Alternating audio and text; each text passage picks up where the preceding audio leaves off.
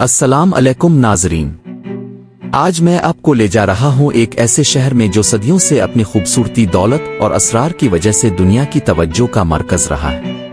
یہ ہے آذربائیجان کا دل، باکو۔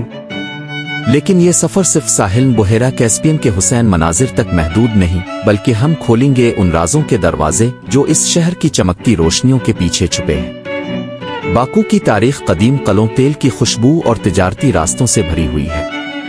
19ویں صدی کے آخر میں یہاں تیل کی دریافت نے اسے مشرق کا پیرس بنا دیا۔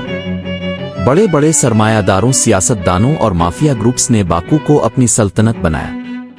آج بھی باکو کی معیشت تیل پر کھڑی ہے، لیکن اسی کے ساتھ یہاں کرپشن کے کئی الزامات بھی جڑے ہیں۔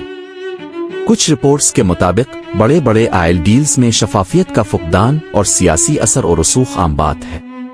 بین الاقوامی میڈیا کئی بار حکومت کے قریبی افراد پر کرپشن اور ناجائز منافع خوری کے الزامات لگا چکا ہے۔ اگرچہ باکو آج ایک سیاحتی جنت لگتا ہے، لیکن ماضی میں یہ شہر منظم جرائم اور اسمگلنگ کا مرکز رہا ہے۔ تیل کی تجارت کے ساتھ ساتھ ہتھیاروں اور قیمتی پتھروں کی غیر قانونی اسمگلنگ کے قصے بھی سننے کو ملتے ہیں۔ پرانے شہر کی تنگ گلیوں میں صرف تاریخ نہیں، بلکہ کئی پوشیدہ سرنگیں اور خفیہ کمرے ہیں جو کبھی تجارتی سامان چھپانے اور دشمنوں سے بچنے کے لیے استعمال ہوتے تھے۔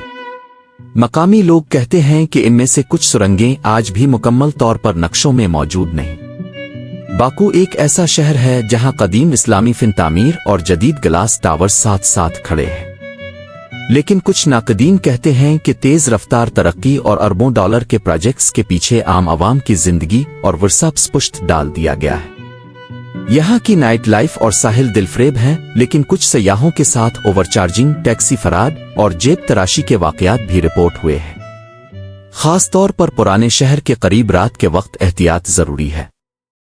تو ناظرین، باکو ایک ایسا شہر ہے جو ایک طرف دنیا کے سب سے حسین اسکائی لائنز اور ساحل رکھتا ہے، اور دوسری طرف تاریخ، کرپشن اور رازوں سے بھرا ہوا ہے۔